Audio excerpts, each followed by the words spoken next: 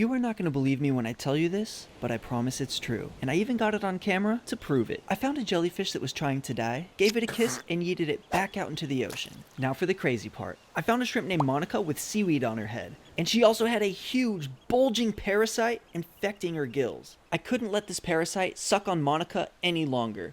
I slowly and very gently began lifting her gill flap and pulling out the invasive, blood-sucking isopod parasite. Once the surgery was complete, I yeeted the parasite to my friend Franklin the sea chicken, but his friend Josh tried to eat it, so we scared him away. And Franklin's hot girlfriend Tracy was no fan of their immature behavior, so she decided to eat the parasite herself. I gave Monica some pets and set her free, and be sure to follow if you love ocean animals.